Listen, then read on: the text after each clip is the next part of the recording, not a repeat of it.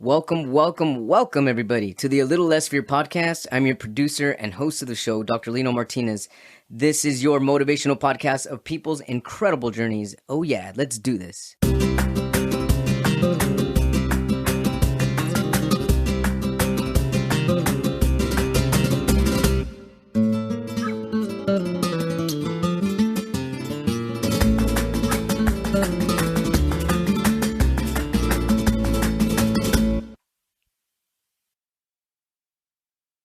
Welcome back, everybody, to the A Little Less Fear podcast. Today, I would love to welcome Elizabeth Micotowicz.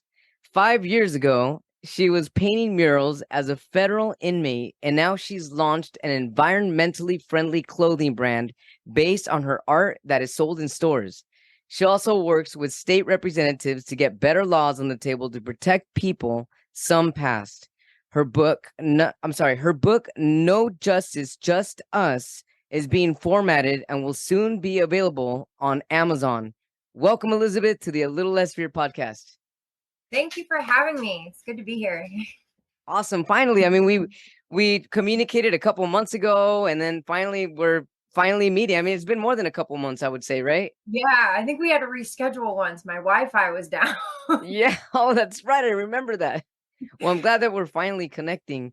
So, Me hey, too. tell us about your journey, Elizabeth. I mean, you've got quite an incredible story, and what led you to where you're at today? I know it's a crazy loaded question, but I'm really curious to know what brought you to where you are at today. Well, I grew up in Maine, the Bangor area, and I had a good childhood. I mean, my parents had a messy divorce, but I was never exposed to violence or drugs, or I was never abused or anything. Like, I was supported and loved above all. But once I got out on my own, and also I'm neurodivergent, so I'm a little, reading between the lines for me growing up. Like, I would stay in situations longer than I should have because I couldn't like figure out when I was like in a bad situation, kind of like other people can. And then I was misdiagnosed with, bipolar depression, ADHD, and it turns out I'm high functioning autistic. But I got into a really violent relationship in my early 20s. And when he assaulted me, you could see my skull. So went to the hospital, and they had to sew the muscle and then sew the skin back. And I couldn't lift this eyebrow for like a year. They told me I'd have to get plastic surgery to get it fixed. But luckily, it worked itself out. But while I was there, they pumped me full of opiates. And at first I took it. But then they sent me to the pain clinic, and I found out I was pregnant that day. So now I'm like having this man's baby who just almost killed me. And the brain damage was so bad. He'd also given me a head injury a month prior to that in the back of my head. He ragdolled me across the room and I smashed the back of my head. So it was 2 head injuries back to back. And I started getting seizures like right away. And I'd wake up on the ground not knowing how long I was out for. And my daughter was only 14 months old. So I'm going like, my kid's not even safe with me.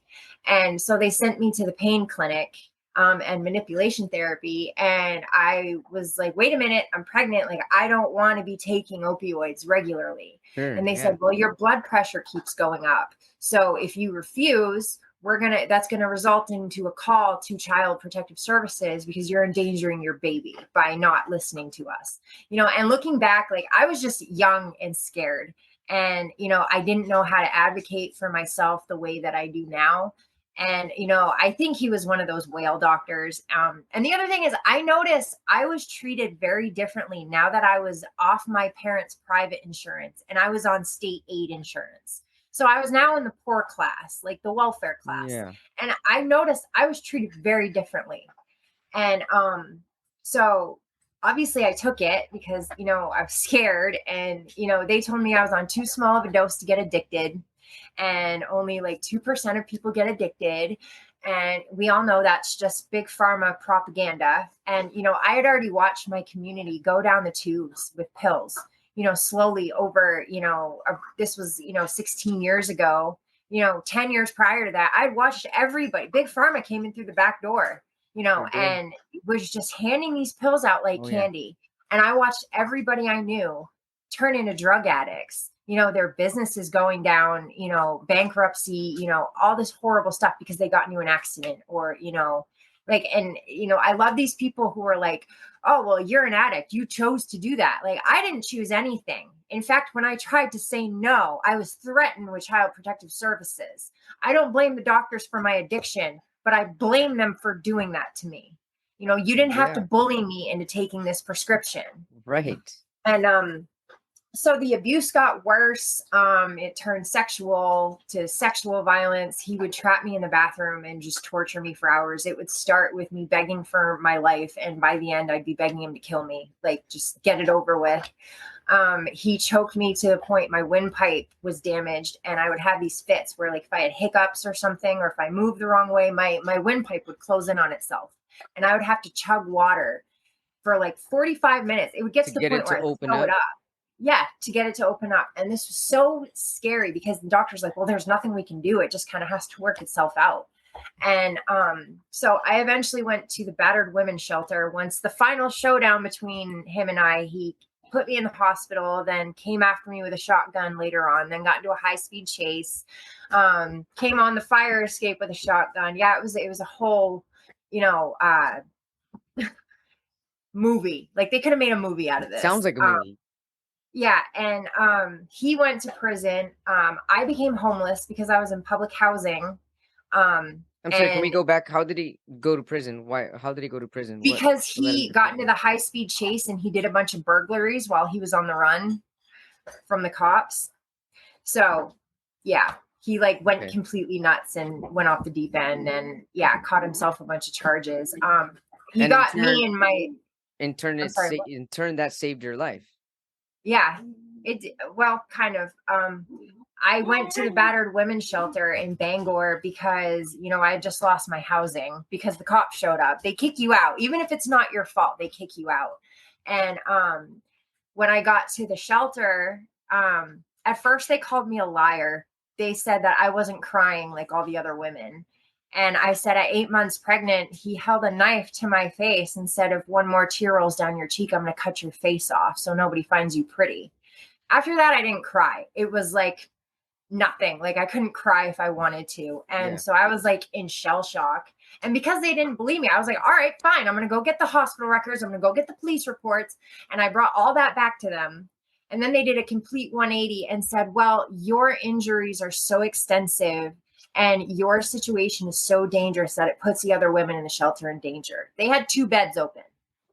They could have gotten me off the street and, gotten me a voucher and gotten me into housing and, my life stable. Instead, I had made a deal with my father that if they didn't help me, I would sign temporary guardianship over to my kids because I couldn't safely care for them full time anyway. I mean, I was going into seizures, waking up, not knowing how long I was out for. And, I was spiraling. I didn't want to admit I was an addict at that point, but I was. Sure. It was, I wasn't like detoxing or robbing people or anything like that, but I was miserable without it. I was in excruciating physically pain. Yeah, from the head injury. And so, I was slowly spiraling into addiction.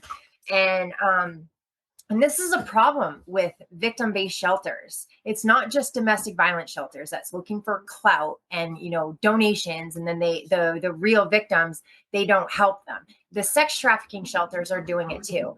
A friend of mine tried to get in the sex trafficking shelter and they turned her away because she wouldn't snitch her pimp out.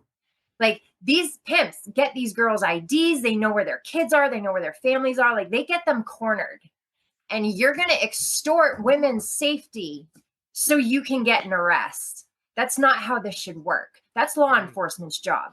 You should be able to do it without extorting these people's victims. Absolutely. And, letting them slip through the cracks. And, this is why we have so many women in prison. 70% of women who are incarcerated in America have some sort of domestic violence or sexual assault before they even go to prison. Like, we are literally the women that slip through the cracks, and we were just desperate trying to be safe. So, and that's what happened to me. Because after that, I was like, well, now I'm homeless. No one's going to help me. I've gone to every, government aid, anything that's supposed to help you.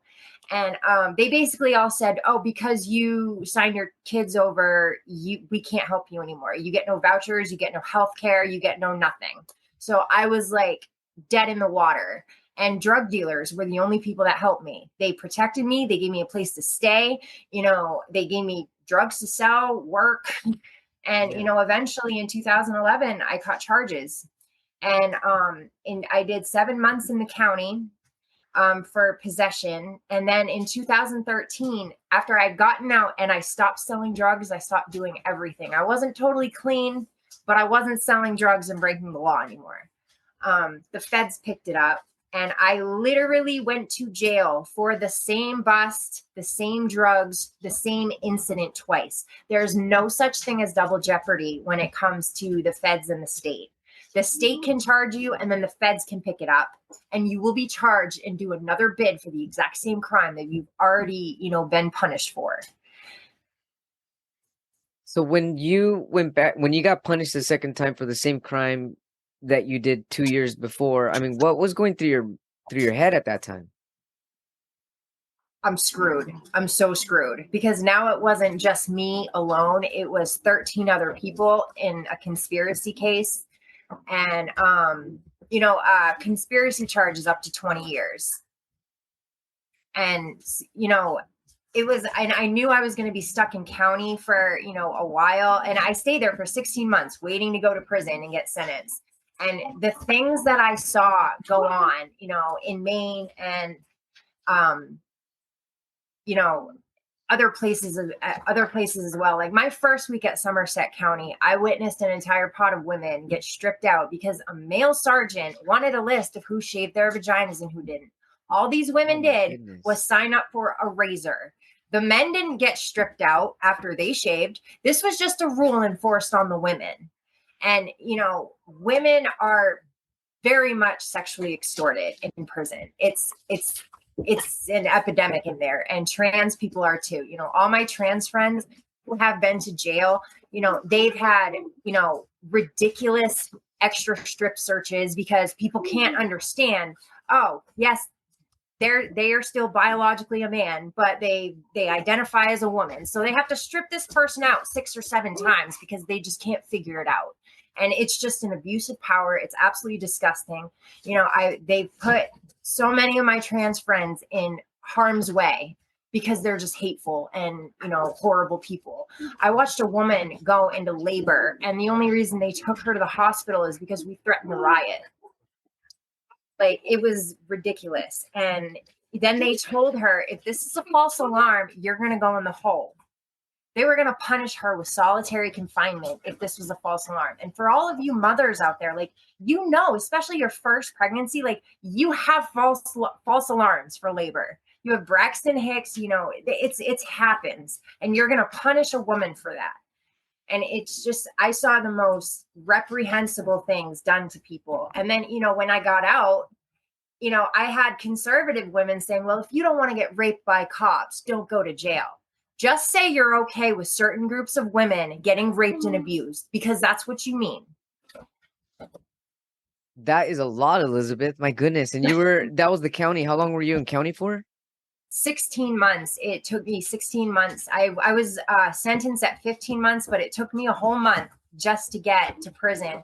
And they're so extra. Like, I was at Alderson in West Virginia, but to get to Alderson from Maine, they had to fly me all the way to Oklahoma. I stayed in Oklahoma prison. Sorry, my dog. Okay. Yeah, Oklahoma. They have an the airport is like, you step off the plane and you're in the prison. It's like a prison / airport / military base.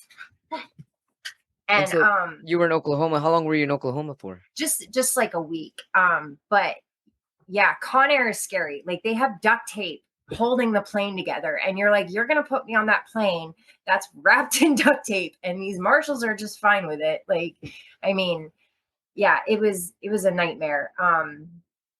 Yeah, I don't ever want to experience that again. And they just treat people horribly. My friend got hauled off the plane at gunpoint because there was a handicapped inmate who had no legs trying to get up the ramp, and he kept falling down and like hurting himself. And these marshals were just standing there laughing at him, wouldn't help him on the plane, wouldn't do anything. And she like flipped out on him. They pulled guns on her. Like Oh my that's what they goodness. do. Like you, My goodness. Elizabeth, when you're going through all that, I mean, it's like you're always in survival mode. yeah, And which means that your stress levels and your hormone levels are out of whack and just on high alert all the time. And yes. 16 months of that, I mean, when you finally got out, what was that like for you after being in this high Well, stress, high you security? know, it's funny you asked that because yeah, once I was like in a safe place, I couldn't deal with it. It was like, you know, waiting for the other shoe to drop and waiting for something to pop off was way worse for me than being in the midst of chaos. And that's why I kept gravitating towards, more traumatic situations because I'm like, well, this is normal. And it's like, I would rather be Right. fighting through something than, sitting here waiting for it to happen. Right. And that was the hardest thing for me to overcome, was to accept peace and be like, no, I'm finally okay. I don't have to be a part of that anymore. And and I really had to get my trauma in check before I dealt with my addiction, because once I got out after 3 years, and prison was not nearly as bad as county, but it was still very, for instance, the captain at Alderson, after I got out, he got convicted of raping and stalking inmates. That you have to worry about the guards. You don't, as a woman in prison, you didn't really have to worry about other women. Not that the women inmates can't be violent, because they can, but if you conduct yourself and you respect people, you're really not going to have a problem. It's the guards you have to worry about. And they are, they're vicious. They really are. I mean, I watched so many women die in prison of very treatable things. I mean, a girl broke her leg shoveling, that was her job, to shovel snow. She slipped on the ice. By the time they brought her to a real hospital, they had to re-break her leg because the bone had fused back together. And, I'm sure your listeners are probably wondering why. Like, why do we have so many people in prison? We have more prisons than we do colleges. We make up 25% of the global incarceration population. And it's not about crime or solving crime. They have literally bypassed slavery laws with mass incarceration. You can put people to work if they're criminals. If they're in prison being punished for something. We were getting paid $5.25 a month to work 40 hours a week. And we were doing hard jobs. There were girls doing, firefighting. There were girls, laying down concrete, dangerous jobs that, require a lot out of you. I mean, there were inmates moving dead COVID bodies and fighting wildfires out in California for pennies a day. And over the pandemic, all of these corporations said, we'll buy all the prisons as long as they stay 90% full capacity. And all of these jails across America were taking out PPP loans to expand their prisons and get more beds in. And I mean, they get over $100 a day in funding for every inmate. This is a moneymaker. This is all about, follow the dollar, because we are the product. And, they would rather have everybody in jail working for free or pennies a day than pay regular Americans a minimum wage, not even a living wage, a minimum wage. A hospital saves $350,000 a year contracting their linen to be washed by inmates instead of paying regular Americans. Like, people need to realize what's going on, because they are only building more prisons. They are only making this pipeline bigger. And it's scary. Like, they want to gaslight us with land of the free, but they have everybody locked up. So true. My goodness. I didn't know half these things that you're telling me. It's such an eye opener. And as you're telling me this, I mean, what can civilians do to start making a change? Well, this is what Big Pharma did too. The rehabs too. This is the suffering of the American people is $1 trillion industry, and we need to demand better. I didn't get sober. I went back to prison on probation. I freaked right out. I had a panic attack every time I left my house, and I just ended up relapsing. It wasn't until Janet Mills changed the main care policy, which allowed me to get health care. And then I was able to get trauma counseling. Then I was able to go to the doctor. Then I was able to, get these issues. It was just that bare minimum thing that gave me enough of a chance to get my life together. And, all these other countries have universal health care. Why don't we? Yeah. And Big Pharma needs to answer for what they've done. They have, pumped our society full of opioids, full of Xanax, full of, all these drugs. And it's not just the scheduled drugs. It's the psych meds too. When I got out, I went to the pharmacy to refill all of these psych meds that the prison had me on, that they said I had to be on. And it was over $1,300. I couldn't afford that. So I was like spacing these psych meds out. And when you detox off of psych meds, you lose your mind. Your heart can stop. I was on lithium. Everyone's heard what Britney Spears has had to say about lithium. I will back that girl up until I die, because I went through the same thing on lithium and Seroquel. These medications are worse than a lot of the street drugs. And when you just stop taking them, the consequences can be, horrible. And yeah. Elizabeth, so how did you start to get off these medications, and how did you start to, you mentioned right now how you finally got, a little bit of an open door, and you were able to see a trauma specialist. And so, how soon were you able to see a trauma specialist after leaving the county, after coming out? Pretty quickly, actually. It took me like a couple weeks or a month to get in. And they really need to have, I testified at a bill in Maine to get inmates MAT treatment before release, so that they won't have that shock. And then the first thing their brain does is go to the addiction card. And, because that's what happened to me. And, the bill sets these inmates up with MAT treatment, counseling, trauma, caseworkers, whatever they need. So when they get out, these appointments are already set up. I am hoping that we can get that, across the board, because, mental health is becoming a bigger and bigger crisis, as we can tell with, the Lewiston mass shooting. People need mental health, access and, programs, whatever. And, my life completely spiraled when I was cut off from everything. And, when I got out, I finally had a therapist really listen to me. And she's like, I just don't see this bipolar diagnosis in you. I can see some of your symptoms, but that also, kind of spills over into autism and, other things. And you talk about your sensory issues in your hands and, how textures really bother you. She's like, I think you might be high functioning autistic instead of, bipolar, which would explain why every time you get put on a bipolar med, it goes horribly wrong for you. Makes sense. And, I played Russian roulette with their medications for 20 years.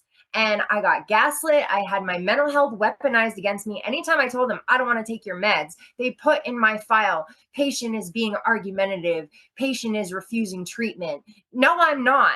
The last time you put me on some pills, I tried to kill myself and I was in psychosis. I'm not like that. I don't go into psychosis when I'm not on these meds you're putting me on. Right. Seroquel, I had a really bad reaction to Seroquel, and I was in solitary having a sergeant telling me to kill myself in solitary while I was in psychosis. This woman was in the paper after I got out. She told another inmate to kill themselves, and they had to cut that inmate down from a suicide attempt. He tried to hang himself, and this is what makes me so angry. There was an 18-year-old little girl who got charged in manslaughter or wrongful death because her boyfriend committed suicide when she egged him on, as she should. You talked someone into killing themselves with mental health issues, you absolutely deserve prison. But if that sick little girl who didn't realize what she was doing could get 18 months for that, why is this officer of the law still allowed to work at this jail, getting her pension on taxpayers' money? My goodness. Yeah. And Somerset County, and this is the bill that I'm working on right now, because there's something called PREA in prison. It stands for Prison Rape Elimination Act. And so if anything sexual happens, it goes under a PREA complaint instead of a regular grievance. Well, at Somerset County, they have illegal cameras inside of their SMU cells. They forced me to strip in front of these cameras under duress of being maced and extracted. Now, when they extract you, they come in 12 deep, all suited up in SWAT gear, batons, electric shock shields. I mean, they have these canisters they throw in your cell, and it's not like mace. These canisters have chemicals that basically gas bomb the entire unit. So it goes through the vents. So everybody that wasn't doing anything wrong is getting this collective punishment. And it's designed to take the oxygen out of your throat. So you feel like you're suffocating. It's absolutely Oh, terrifying. goodness, I've sounds never been in a awful. cell directly hit with this, but I've been in a unit that was hit with it, and it's horrible. And, they'll come in. They don't care if you're a woman. They don't care if you're pregnant. They don't care if you have mental health issues. They will use such extreme violence on you, and it's you against 10 of them. So that's what happens when you say no to these people. That's what was going to happen to me if I refused to strip in front of a camera that men were watching in Central. And so I filed a PREA complaint when I got to Alderson. And first of all, these institutions get to conduct their own investigations, and that needs to stop across the board, whether it's a college, whether it's a hospital, I don't care what kind of institution it is. They should not be allowed to conduct their own investigations. Yeah, I because then wish they're I could gonna know what investigate to get my away with. crimes. Right. Like, I wish I could investigate my crimes and my wrongdoings and give the final, Right. like, what the hell's wrong with you? But so when Alderson got the complaint back, they admitted to everything I was complaining about, and they deemed it unfounded. So when you deem it unfounded, it doesn't go to an outside source. That's how they just bury it. That's it. It's done. Nothing you can do. Well, Alderson wouldn't even allow me to hold it. They read me the results, wouldn't even let me hold it to look at it myself. And I said, okay, fine, give me the results so I can mail it home. Yeah. No, we don't do that. We don't do that. Imagine filing a complaint about something or any type of paperwork and them telling you, no, you can't have a copy of it. That's Because terrible. That's that's what they're awful. doing. Yes, that's what they're doing to inmates.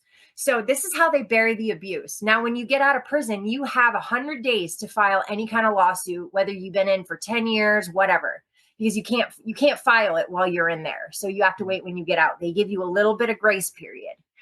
Well, the first thing they ask for is, where's the PREA complaint? Where's the outcry at the time? I went to the Freedom of Information Act. I went to the DOJ. I went to the BOP. None of them can find this complaint. It is gone. The only people that have it are Somerset County Jail. And like I said, the captain at Alderson got convicted of raping and stalking inmates. They also got convicted of tampering with PREA evidence. So they got rid of my case. They got rid of my complaint. So Somerset County is the only people who have a copy of this. And by law, they have to give it to me. I requested it when I got out. They said, we already gave it to you, so we're not giving you another copy. Get it subpoenaed by a lawyer. So I got a lawyer, but the thing is, you can't subpoena anything without an open case, and you can't open a case without a paperwork. So it's Right. this catch-22, and they know it. So this is the bill I am shooting for. There needs to be a consequence for if they don't turn over paperwork. Like Yes. $500 a day for every day they stonewall an inmate. Sure. That's what I'm proposing. And I'm so glad you let me on the show so I can educate people and they can, talk about this and maybe get their reps on board with it, because people are tired of hearing about police reform or whatever, but it badly needs to happen. It's not just police reform, it's Right. prison reform. You are not going to make people safer for society by traumatizing them. No way. It's making things worse. I mean, it's quite evident. It's a domino effect, and it's getting worse. Yeah. And, solitary confinement, they did a study on it, and it literally slows your brain down from the lack of stimulation. So after 6 weeks, when I got out, literally people talking over each other would make me panic. And my first instinct was, who do I got to fight to make this stop? Like, that was my first instinct, was violence, because, in solitary, there's no stimulation. So regular stimulation feels completely overwhelming. It feels like chaos to you when you get out of solitary. And the only stimulation you get in there is violence and chaos from the guards. So your brain has this, That becomes your normal. yes. So then the chaos becomes a normal, and then the minute you get overstimulated, you want to go back to that quote unquote normal, which Yes. is being in that defensive state. Yes. And it's been almost 6 years this December since I got out of prison for good, and like I still feel sick every time I go into Walmart. It's like way too much stuff and everything's moving really fast, and everybody that gets out of prison has an issue with Walmart. And that's one thing I've noticed, because it's so overstimulating and you're just not used to it. You're used to white walls and whatever else. Yeah, now there's people everywhere. There's kids everywhere. People with their dogs inside. There's this is on sale, and someone's greeting you over here, and it's like, oh my goodness, yeah, I can see that. I can definitely see that. Yeah. So Elizabeth, when you finally got out and you're talking to a trauma specialist, when did you? Okay, so then you had to taper off all the medications. Yeah. How long did that take before you were done with the withdrawals and all the side effects and everything that comes with all that? So, lithium is very dangerous if you just stop taking it. Like I started hallucinating immediately. I was feeling like crazy heart palpitations. And when I went back to prison because I messed up probation, I'm in the office talking to the psych doctor, and she's going, "You have a bipolar diagnosis. Why are you on antidepressants?" And I'm like, "Because the jail put me on it. Like, I'm doing what I'm told so I don't get put back in solitary, because that's how you people operate. If we don't take your medications, you punish us horribly." Yeah. And she goes, "This is very dangerous for, your diagnosis. If you're bipolar and you're given antidepressants without a mood stabilizer, it can make you homicidal or suicidal." And I go, "Well, that explains all, every time something bad happened, it was usually an antidepressant. And I usually had a really bad reaction to it." So, and if I stopped taking it, this took me 7 months from the time I was at Danbury to the very end of me tapering down off of this. Like my lips would go numb. I'd feel like I was going to go into a seizure. Like, it is really hard to get off of these medications. So it took you 7 months to taper off of lithium. No, not lithium. It was one of the Seroquel? No, not Seroquel. It was an antidepressant. I want to say like Celexa or something. Okay. Or Wellbutrin. I can't remember. I've been on so many. It's like, I can't remember which one was which. But when I got out, I was still on lithium, because lithium fixed my sleep problems. I will get manic, but I won't stay up long enough for an actual bipolar diagnosis. You need to stay manic for a week for it to be an actual bipolar diagnosis. The longest I've stayed up without, substances was 2.5 days. And then I'd crash, and then I'll sleep through alarms. Like, nothing can wake me up. And then if I do wake up, it's like my brain doesn't turn on. Like, I could instantly fall back asleep. And this will go on for hours. Like, I won't drive on mornings like that, because I know better. Yeah. No but once I got out, I was still on lithium, but my lithium is very hard on your stomach. And so even if I ate with it, it was still making me sick. And after being on it for 2 years, I couldn't get my levels right. And I started, hearing sirens that weren't there. I was starting to, go into a bad one. And this was like a downward, a very slow, gradual, spiral. And I kept thinking it was PTSD. I'm like, I just got out of prison. Like, this has got to be PTSD. I kept blowing it off. No, it was the lithium not, filtering through my kidneys properly. And it got so bad. Like, it literally got to a point where I was like in full blown psychosis and had to go to the hospital. And I got off lithium. And then I went through a bunch of more meds, because I still, I didn't realize I was, high functioning autistic, and I was still with bad therapists who were trying to force medications on me. And they kept telling me, well, you get better if you just, try this new med. I'm like, yeah, the last one, left scars on my arm, and I didn't even know what I was doing. Like, I needed stitches for that, because it made me like, like these medications, when they pull you into a suicide spiral, it's like all hope is gone. There is no reasoning with it. It's literally like a bad trip. Like that's the Yeah. best way I can describe it. It is like a bad trip. And you're just not with it. I wouldn't leave my house for a month.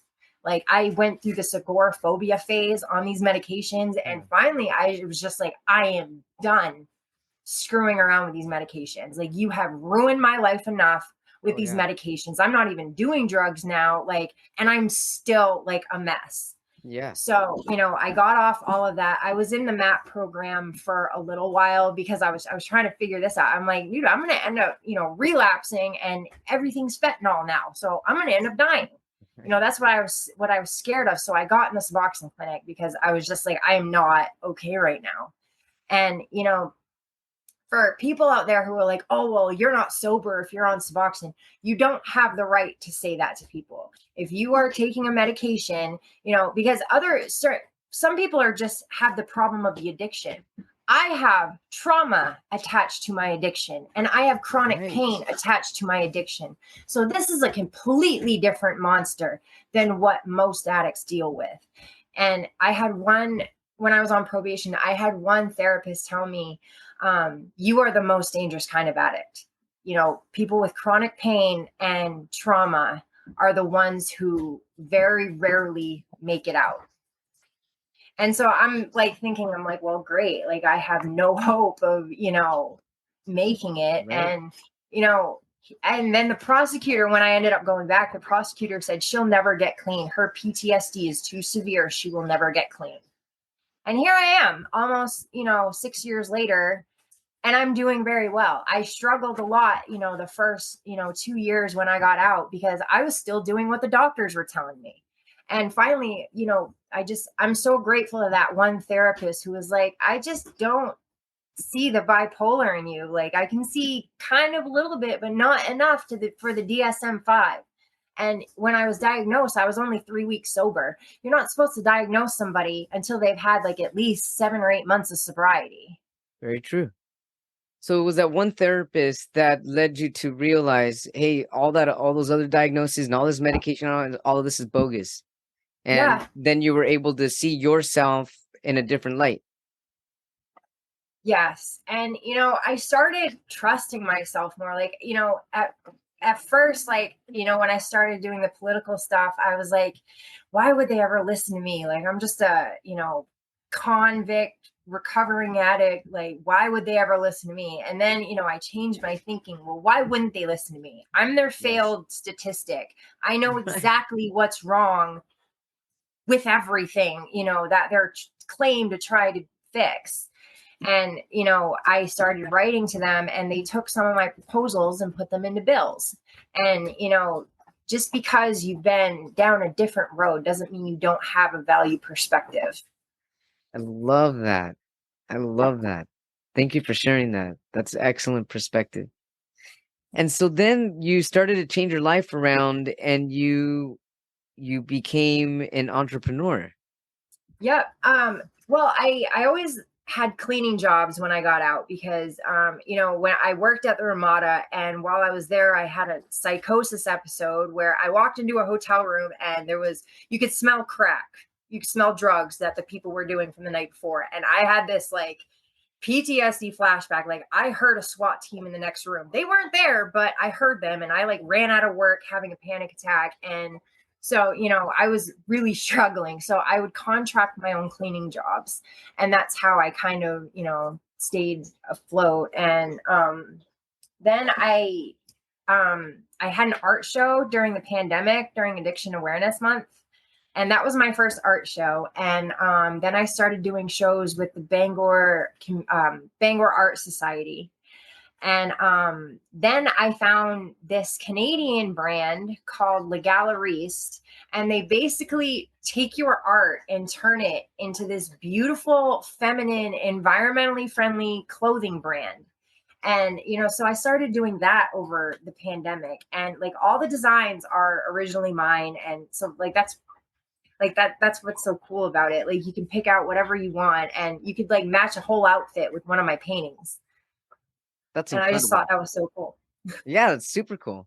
Were you doing art prior to going to jail and prison?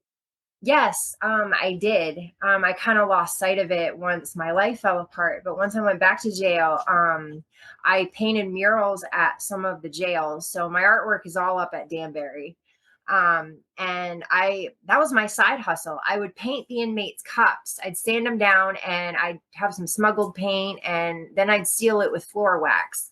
So when so they could wash it and the paint won't come off. And I do portraits in there. I do, stationery for people. And yeah, it was a lot of fun. I made $57 a month painting murals. It was one of the highest paying jobs in the prison.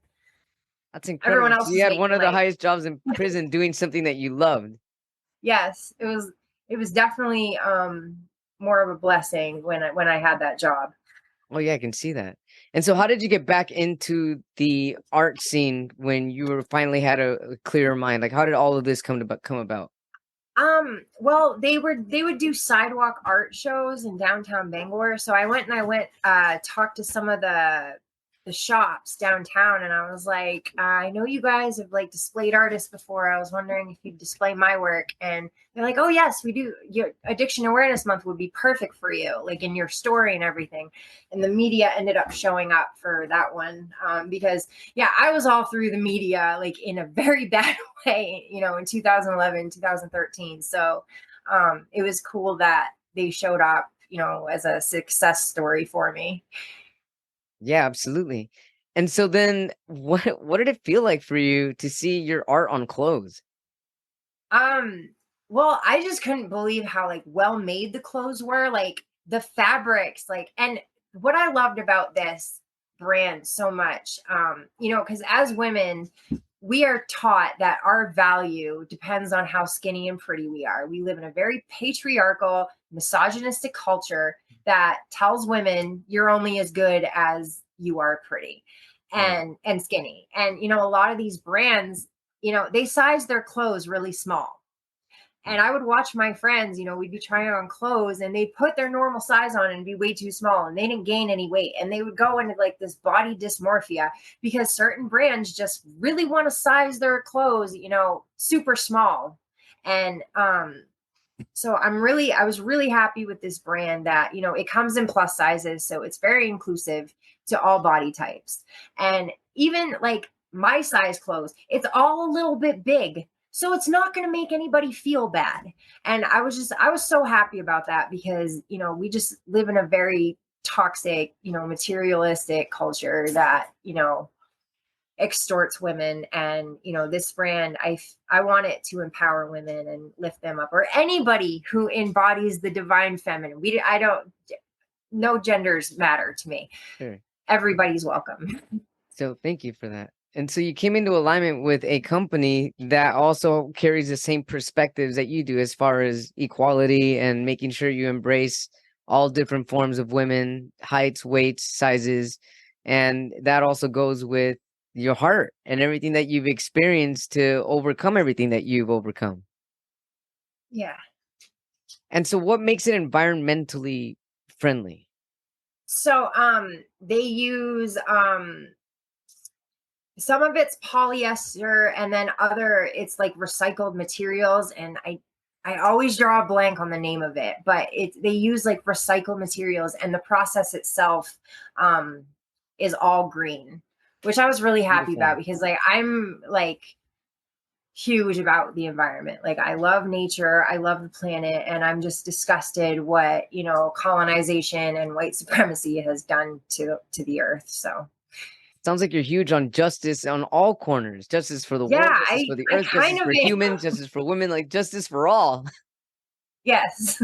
You know what? That's what I'm gonna title this. Justice for all. You're a justice for all type human being. I love that. So tell us about your book. You have a book that's gonna be coming out called No Justice, Just Us, that's gonna be out on Amazon soon. What is your book about and what does the cover look like? So this is my cover. I painted it myself, minus the title. But I have the purple rose for domestic violence, and the heart with you know, bars and handcuffs. FTF is F the feds, and that's a slogan all federal inmates go by. But BBN, that's when I came up for just the women. When I would do my art, I would tag it with BBN for Bad B Nation. You have a nation full of bad habits, bad policies, bad addictions, bad trauma, and you're going to get a nation of bad women, basically. And it's not necessarily our fault, but we will own that title if we have to. And so, yeah, my book starts out, I do a little preface of like how my life fell apart due to domestic violence. And the first chapter starts off with me on the run from the feds, like indictments just dropped, everyone's, running, scattering, hiding. And I go into great detail about all of the abuse, all of, the horrible things that go on in jail. I expose the prison system for what it is. You will find out where your tax money is going and what it's going for. And I don't think anyone's going to be pleased. There's a chapter about a veteran that I met in solitary, and it's just kind of explains the horrors of war. And I go into great detail about my case too, and my trauma and my mental health, and what I was thinking at the time. And I started writing this while I was in jail. And by the end, over the pandemic, I ended up finishing it, but it ended up being so long that I had to split it up into 2 books. So I will have another book coming out to finish this. This is just part 1. But it ends with me just arriving to prison right after I was sentenced. And, I go into great detail about, how I was under this illusion of white supremacy my whole life. And it took me going to prison to see through that. Like, I grew up in Maine, which is 94% white people. Like, we don't see the oppression up there, like it's just not, a normal thing you see. And then I go to prison and I'm meeting women, a handful of women that had all been sterilized against their will. And this was before Trump filled up the ICE camps. And you heard about, the refugee women getting sterilized against their will. They were doing this to American women before that. And after like the 4th woman, I realized not a single one of these women is white. And now all of a sudden, years later, it's a great day for white lives with the overturning of Roe v. Wade. Like, they are still actively committing genocide, not just in the Middle East, but in this country. They are still actively committing genocide against people of color in this country. And, that was a really horrible realization for me. Because, I'm thinking, oh, this is the greatest country ever. And I remember being so butthurt, when 9/11 happened and you saw, these Middle Eastern people burning the American flag. And I sat in 2020 watching Americans burn the flag. And I'm thinking, good for them. I'm not even upset about this anymore. Like, good for them. This country is built on lies and racism and slavery and misogyny, and here's another hill I will die on. The world would be a much better place if white people had colonized themselves to be like natives. We wouldn't have rape culture. We wouldn't have mass shootings. We wouldn't have big pharma, creating the epidemic of addiction. And that's another thing. All the rehabs, they have a 94% failure rate. And it costs like $30,000 for like 30 days. A friend of mine's nephew got kicked out for drinking a cup of coffee in the wrong part of the rehab at the wrong time of the day. You wouldn't have that rule for a cancer patient, but you have it for addicts. So when you kick that person out, you get to say no refund on your 30 grand. And then you just fill that seat again, another 30 grand for you. And you don't even have to do anything. This is all a money pit. And like I said before, the suffering of the American people is $1 trillion industry. And we really need to address it, because this is only going to get worse. They only want more prisons, for the poor and for the mentally ill and, battered women that, got a little too loud. And, and the things that they're doing to children in there, predators flock to these institutions for employment. And one of the hardest chapters in my book is called White Christmas. It's about a 17-year-old juvenile that they sent to Cumberland County with us. And they call these kids juveniles because they want you to forget that they are children. You hear the word juvenile and you think delinquent. This is Yeah. how they dehumanize this group of children who is incarcerated and have nowhere to go. They are being held by abusive people. And this little girl was brought to us because she ended up stabbing a CO after she repeatedly got raped and she couldn't take it no more. So they brought her with the adults. On Christmas, they told her she was going back for her last 2 weeks, that they were sending her back to the custody of her rapist. And she lost it and broke open a razor and tried to kill herself. She slit her throat that night. That was better than going back there. This is what these kids are going through. And Long Creek Juvenile Detention Center in Maine needs to be shut down. Every couple months, they're in the paper for breaking a kid's arm or rendering them unconscious. You know, a bunch of three trans kids in like 2 years committed suicide. I mean, it's awful what is being done to these kids. And you know, the prison pipeline, you know, I keep hearing all these Republicans, we need cops in every school with guns. And okay, well, you did that and you didn't stop a single school shooting, but you did send a bunch of black and brown kids right to jail, right to these juvenile centers over petty, dumb things that you would never send a white kid there for. And, you know, it's cash for kids. You know, these judges in these jails, they're getting money for these kids. This is human trafficking.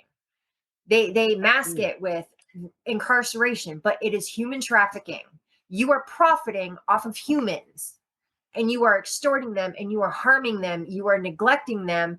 You know, I mean, so many women died of very treatable things in there. You know, you don't get health care. I love these people who are like, oh, you get free health care in prison. No, you don't. No, you don't. I've watched people die. You know, one of my old bunkies had a heart attack. They put her in solitary. That's the Holy medical help moly. you're going to get. We'll monitor you in solitary. So what's the biggest take? Did you share all this in your book? Yes, I go into great detail, all that and way more.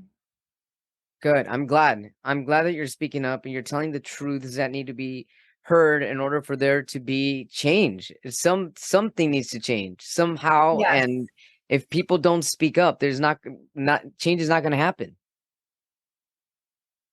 Yes. So then when is your book supposed to be coming out? Well, I should have the website up soon in the next couple weeks, and you'll be allowed to pre-order it. They've gotten through the first couple chapters of editing it and formatting it. Great. So I'm not sure yet, but yeah, it should be Sure. pretty soon. Coming real soon. And where can our viewers or watchers and listeners find your clothes if they want to order some or look? Is there a catalog? Is there a website? I mean, how can we find the Yes. environmentally friendly, artistic, creative clothes of Elizabeth Micotowicz? So you can go to my Linktree. The website is on my Linktree account, and that's posted on all of my socials. So on TikTok and Instagram, it's the same handle. It's EPM underscore art underscore 1111. Or you could just go to the website itself, but I figured my Instagram makes it easier. It's legalleries.com/en/Elizabeth.Micotowicz. And you have to put the Elizabeth.Micotowicz and all that stuff on because that will take you directly to my website. If you just put Legalleries in, that will be their main website, and they have other artists other than me. So yeah, you have to put my name on the. So come again. That was galleries.com/ Here, hold on. I'll put in the chat. Oh yeah, great. Thank you. Appreciate that. And so how does it work for you do you get orders? Do you get custom orders? People asking for, how does that work for like your art and creativity and getting people what they want on certain articles of clothing? So you can go directly on the website and order it yourself. There's a few stores that I have it being sold in.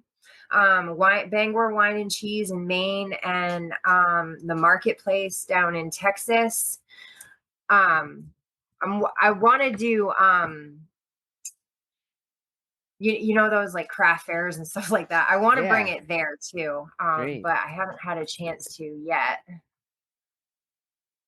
So There you go. it's www.legaleriste.com /EN as in Nancy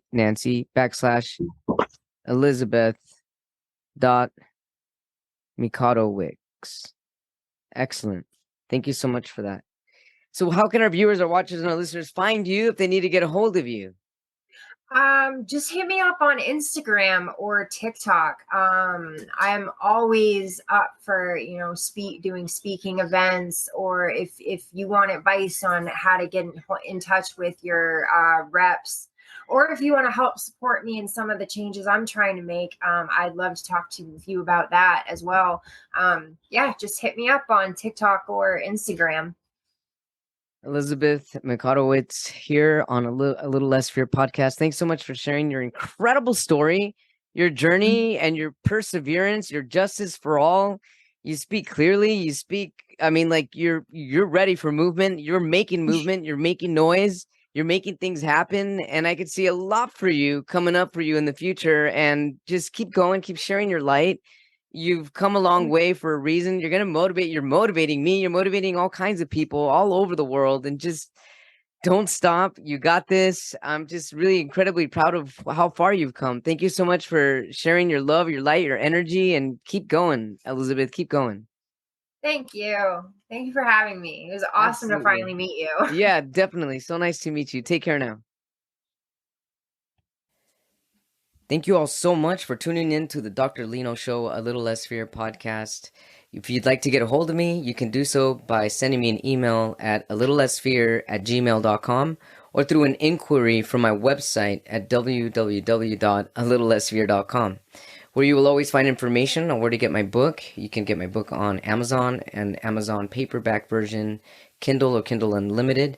And I also create incredible visual video poetry for people that are interested in marketing, or even just to send a personal note to anybody or somebody that you might love. So yeah, check it out. I love it. Poetry is my passion, one of my other passions, aside from doing what I do right now, which is giving you all the motivation that you need to keep growing, to keep motivating people, motivating yourself, and to keep expanding. I love you all so much. Have a blessed day and take care. Rock on.